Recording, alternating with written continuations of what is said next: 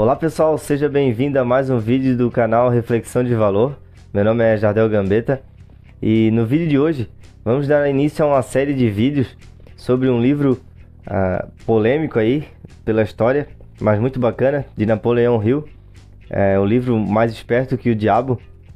E nessa série de vídeos aí vou dividir o livro em vários capítulos para a gente poder entender melhor e ter uma nova concepção desse livro. Fique até então o final desse vídeo para conferir o início dessa trajetória.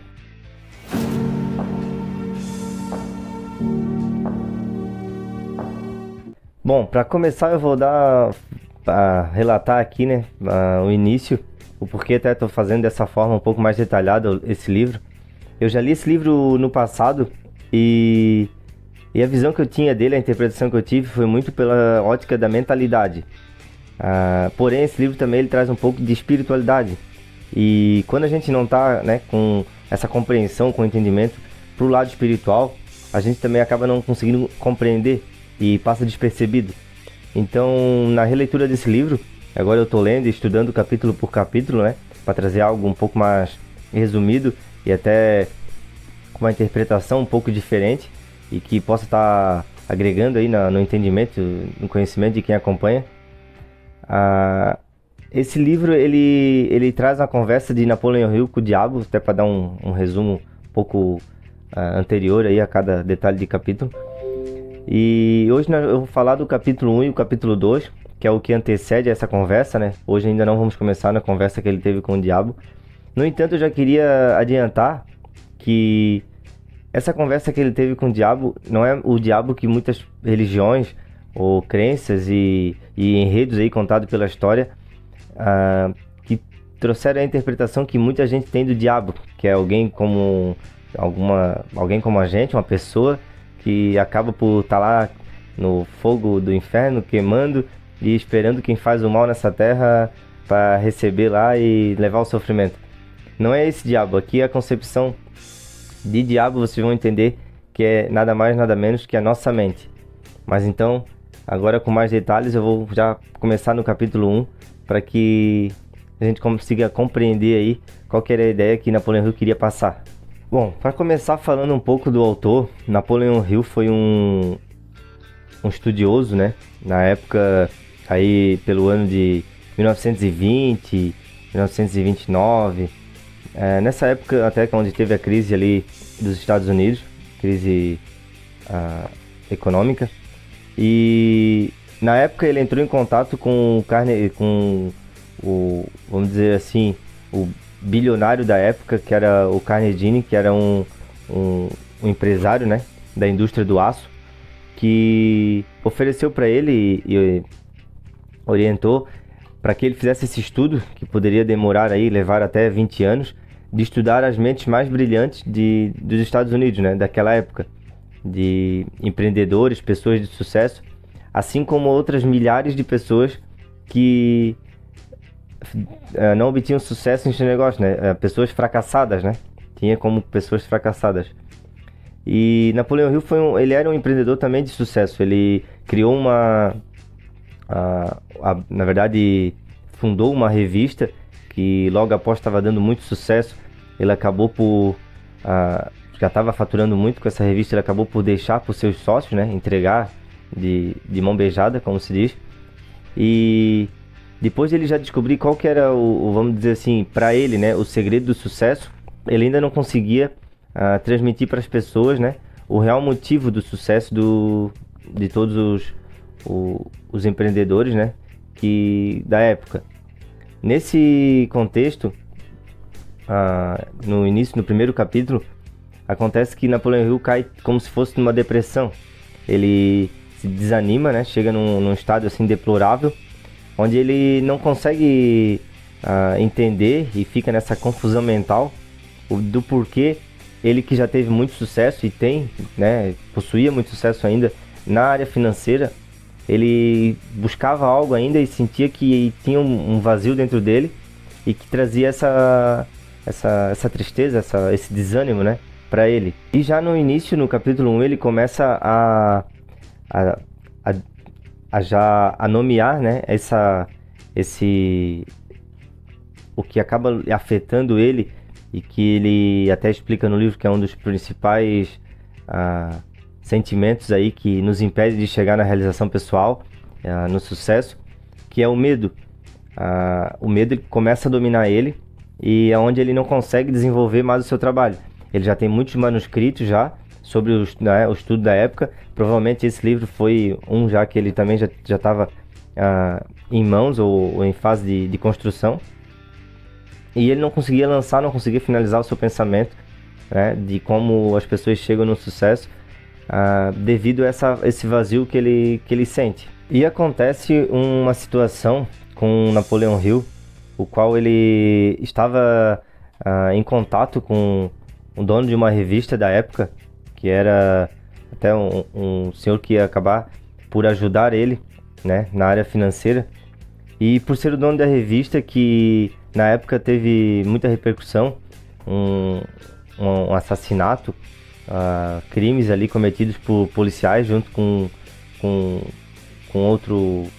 criminosos da época. E em seguida, assim, quando ele estava em contato com esse dono de revista, acabou que assassinaram esse senhor. E nesse momento veio alguém próximo desse senhor até ele e disse que ele tinha 1 hora para sair da cidade, ou então ele seria o próximo, né, e só sairia dali num caixão. Nesse momento o Napoleão Hill foge para as montanhas, para a casa de parente, e fica lá escondido por uns 3 meses, ou mais até. Nesse momento ele passa todo tipo de medo, dor, angústia. Realmente ele chega no fundo do poço, porque ele de fato conheceu o que é o medo real, né? E o que separou ele dos objetivos dele, dos pensamentos deles, que foi o medo desses criminosos que poderiam vir atrás dele, na ideia de que ele estaria envolvido nessas notícias que o jornal estava dando sobre os criminosos. Na verdade, ele não tinha nada a ver com isso, e acabou que, por ser um caso muito repercutido, os criminosos acabaram pegando prisão perpétua, e Napoleão Hill pôde voltar à sua vida normal, né? Normal entre aspas, porque ele ainda passou muita dificuldade até conseguir entender o que tinha acontecido com ele e o porquê a caminhada dele não estava dando certo. Até que chega um certo momento onde que ele vai caminhar numa antiga escola, ao redor de uma antiga escola que ele era sócio, e pensando sobre a vida, sobre o que ele poderia fazer, e nessa dúvida entre continuar o seu projeto ou não, entre lançar um livro ou não, que ele acredita, naquela época ele não tinha lançado ainda, né? Quando se passa a história aqui, ele não tinha lançado nenhum manuscrito ainda, nenhum livro. E então ele, assim como está no livro, como um raio que cai do céu, surgiu na mente dele um pensamento, uma ideia que fez ferver o sangue dele e mudou totalmente o sentimento dele, o comportamento dele. E de imediato ele sentiu uma paz incrível que ele não sentia há mais de 10 anos, como ele disse. E foi algo assim inacreditável, que naquele mesmo momento ele começou a admirar a lua, que estava com um brilho excepcional e que jamais tinha visto antes. E foi algo assim mágico que aconteceu na vida dele, que de momento ele não soube explicar. Mas algo que aconteceu logo em seguida foi ele reconhecer que existia um outro eu, além daquele que criou todos os pensamentos, todos os sofrimentos, toda a angústia, todo o medo que ele criou, né? Que ele criava na mente dele. Existia um outro eu, e esse eu, ele era muito mais firme, que passava confiança, que tinha todo o entendimento e clareza, né, nas decisões. Nesse momento, então, Napoleão Hill passa a receber ordens, segundo ele, de uma fonte estranha, que ele não conhecia. E somente que essa fonte estranha, essa nova fonte, né, de pensamentos, de conhecimento, separava todo o medo e transformava em confiança. E algo que ele, como ele falou, jamais tinha sentido antes, ele passa a ser dominado e aceita, né, essa nova fonte criadora, que aí sim dá ânimo e a coragem que ele precisava para correr atrás do objetivo, que era lançar os seus manuscritos. Nesse momento onde se passa que ele teve esse choque de realidade, essa nova ideia, que mais pra frente a gente vai ver que é algo divino, ele mesmo chama de algo sobrenatural, né? que aconteceu com ele. Ele precisava de dinheiro nesse momento para poder estar lançando seu livro. Era um investimento de, se eu não me engano, na época, $25.000. Que para a época era muito dinheiro, né? Muito mais do que hoje. No entanto, ele só recebeu essa ordem de que ele precisaria ir para outra cidade. Chegando nessa cidade, ele se hospedaria no melhor hotel e então listasse o nome de todas as pessoas que poderiam lhe ajudar, que poderiam lhe emprestar dinheiro, né? Ele cogitava não receber essas ordens ou não acreditar nisso que ele estava pensando, mas ele seguia. Assim como quando ele entrou no hotel, ele foi pedir o quarto mais barato, mas esse outro eu dele já indicou para ele pegar o hotel mais caro, o qual ele poderia, com o dinheiro que ele possuía, ficar apenas 2 dias. Até para ele ir para essa cidade, ele precisou pedir dinheiro para o seu cunhado. Ele pediu $50, que na época já dava para ele fazer essa viagem, né, de uma cidade a outra e se hospedar no hotel tranquilamente. No entanto, assim como essa outra voz orientou ele e deu essa ordem, né, ele aceitou e pegou o quarto mais caro que possuía no hotel, com que iria, na verdade, conseguir ficar só os próximos 2 dias. E então, de uma forma mágica, ele consegue, tudo acontece alinhado e ele consegue essa grana para poder lançando o seu manuscrito, né, o seu primeiro livro. Após ele lançar o primeiro livro, ainda teria aí mais uns 3 meses até as vendas do livro, né, começar a dar sucesso, a retornar o dinheiro para ele. No entanto, já entrando agora no capítulo 2, ele começa a aprofundar esse conhecimento, né, começa a conhecer essa inteligência divina que surgiu nele, que, como ele conta, foi de uma hora para outra. E no capítulo 2, então, ele começa a entender qual que é o sentido, e acredito que dali ele passou nos manuscritos deles, e é o que a gente está colhendo hoje nos livros, de que como devemos orar, a forma que devemos orar, né, para conseguir as coisas, e o estado de espírito que ele mesmo cita, que chama de outro eu, que tem um certo momento que ele não sabe explicar até o que seria ainda esse outro eu, mas ele tem a certeza que esse outro eu acaba por alterar ele e muda tanto ele quanto o estado de espírito e quanto a inteligência que brota nele. E até isso que aconteceu com ele, essa fé, esse choque de realidade e esses pensamentos, na verdade, que ele chama de outro eu e que aproximou ele, que acabou criando um estado de espírito totalmente diferente do que ele tinha, é o mesmo que acabou por acontecer com Thomas Edison, o criador da lâmpada. Ele teve a oportunidade de entrevistá-lo, né, pessoalmente, e ele verificou isso em Thomas Edison, que também aconteceu algo divino, algo que é uma inteligência sobressalente, né? Claro que foi muito da perseverança e insistência de Thomas Edison também, por não desistir, né, de alcançar a criação da lâmpada, mas nesse segundo capítulo, então, Napoleão estuda essa energia, essa força maior que ele recebeu e que fez ele dar foi a virada de chave, né, como ele fala, para então ele continuar a sua obra, o seu projeto de estar lançando os livros sobre o estudo, né, que ele fez sobre o que diferencia os homens de sucesso dos fracassados.